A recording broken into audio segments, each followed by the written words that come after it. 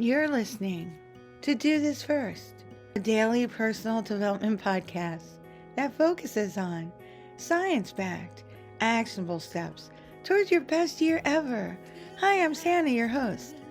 Today, we're continuing with our Founder series with John Jay.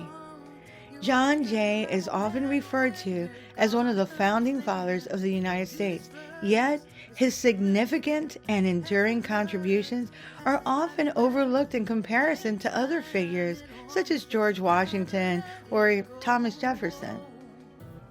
Jay was the nation's first Chief Justice and the Continental Congress's president during the Revolutionary War. He is the founder of counterintelligence, as he formed the Committee for Detecting and Defeating Conspiracies back in 1776. As a prominent statesman, diplomat, and jurist, he played a key role in shaping the foundation of our new nation. Born in 1745 in New York, unlike the other principal founders, he was not of English descent. His parents were French refugees. Jay was educated at King's College, which is now Columbia University, and went on to become a successful lawyer before entering into politics. As one of the authors of the Federalist Papers, along with Alexander Hamilton and James Madison, John Jay played a pivotal role in advocating for the ratification of the U.S. Constitution. His writings in the Federalist Papers provided a thorough and compelling argument in favor of a strong central government and was instrumental in securing the support of key states for the new Constitution. Jay's contributions to the Federalist Papers helped to shape the political landscape of the time and laid the foundation for the U.S. government as we know it today. Unfortunately, not of all John Jay's contributions were met favorably at the time. One such instance is the landmark case of Chisholm versus Georgia. Alexander Chisholm was suing the state of Georgia for failing to pay him for supplies he provided during the American Revolutionary War. Jay sided with Chisholm, arguing that the state of Georgia was subject to the jurisdiction of the federal courts. The aftermath of the Chisholm case was significant for several reasons. First and foremost, the decision in the case set an important precedent for the principle of federal supremacy over the states. It established that citizens could sue states in federal court and that the federal judiciary had the authority to hear cases involving disputes between states and individuals. This ruling had far-reaching implications, as you can imagine, for the balance of power between the federal government and the states. The Chisholm decision was met with strong opposition from many states who viewed it as a threat to their sovereignty. In response to the decision, Congress passed the 11th Amendment to the Constitution in 1795. It explicitly prohibited citizens from suing states in federal court.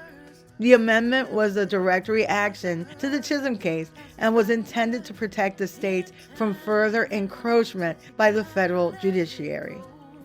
1794, by all intended purposes, was not a great legacy-shaping year for John Jay.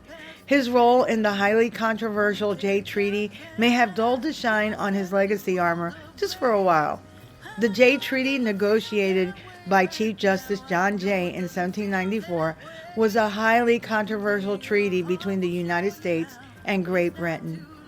The treaty aimed to resolve outstanding issues between the two countries following the American Revolutionary War, such as British occupation of American forts in the Northwest Territory and British interference with American trade. However, the Jay Treaty was widely criticized and panned by many Americans for perceived concessions made to the British, leading to significant political backlash.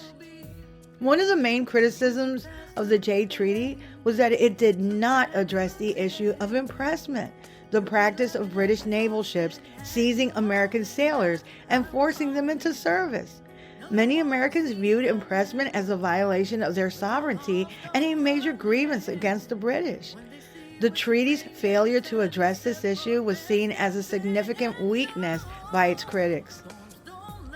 Then there was the perceived favoritism towards Great Britain. Critics argued that the treaty did not adequately protect American interests and gave too many concessions to the British, such as granting them favored nation status in American trade. In actuality, Jay was just trying to avoid another war with England, which would have crippled the nation and put in peril our freedom. The backlash against the Jay Treaty was so severe that it sparked significant political divisions in the United States. Federalists who supported the treaty and believed it was necessary for maintaining peace with Great Britain faced strong opposition from Democratic Republicans, who saw the treaty as a betrayal of American interests. This divide contributed to growing political polarization and animosity between the two parties. The political climate was unbearable, even by today's standards. There were death threats, and John Jay's home was vandalized. He received threatening letters and public denunciations. The public ire was so pronounced that the streets across the United States were lined with John Jay effigies hung and burned. Despite the controversy and backlash surrounding the Jay Treaty, its long-term consequences were more mixed. While the treaty did not fully address all of the issues between the United States and Great Britain, it did succeed in avoiding a potential war and establishing a framework for future diplomatic relations. Over time, the treaty was seen as a necessary step towards improving relations between the two countries and laying the groundwork for further negotiations. However, the public sentiment and backlash over the treaty ended John Jay's once promising career. He ultimately decided to retire from public life and declined a second term as Chief Justice of the United States. The controversy surrounding the treaty also damaged Jay's reputation, ultimately led to his complete withdrawal from public service. Here are 5 very valuable leadership lessons gleaned from founding father John Jay's public life and historic contributions. Number 1, don't compromise your principles for personal gain. John Jay was known for his integrity and unwavering commitment to his beliefs, even when it meant sacrificing his own interests, which he obviously did. Sadly, he did not live to see the full effect of his wise decisions, but he could feel comfort in knowing that we avoided another war with England due to his actions, regardless of public sentiments. Number 2, don't underestimate the power of diplomacy. Jay's skillful negotiation and diplomacy played a crucial role in securing favorable treaties for the United States, demonstrating the importance of tact and strategic thinking in international relations.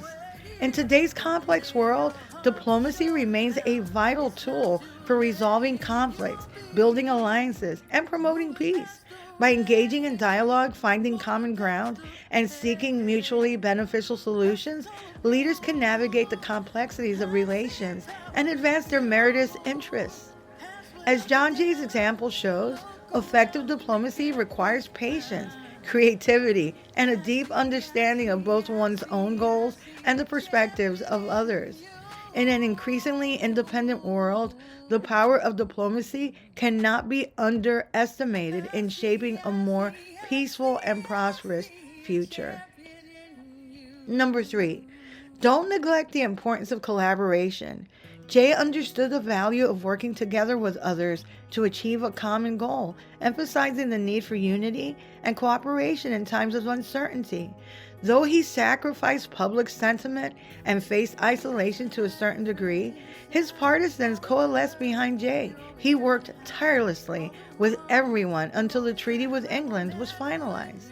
Number 4, don't underestimate the impact of your actions on future generations. Jay's contributions to American democracy continue to shape our nation today, underscoring the lasting influence that a decisive, principled individual can have on society.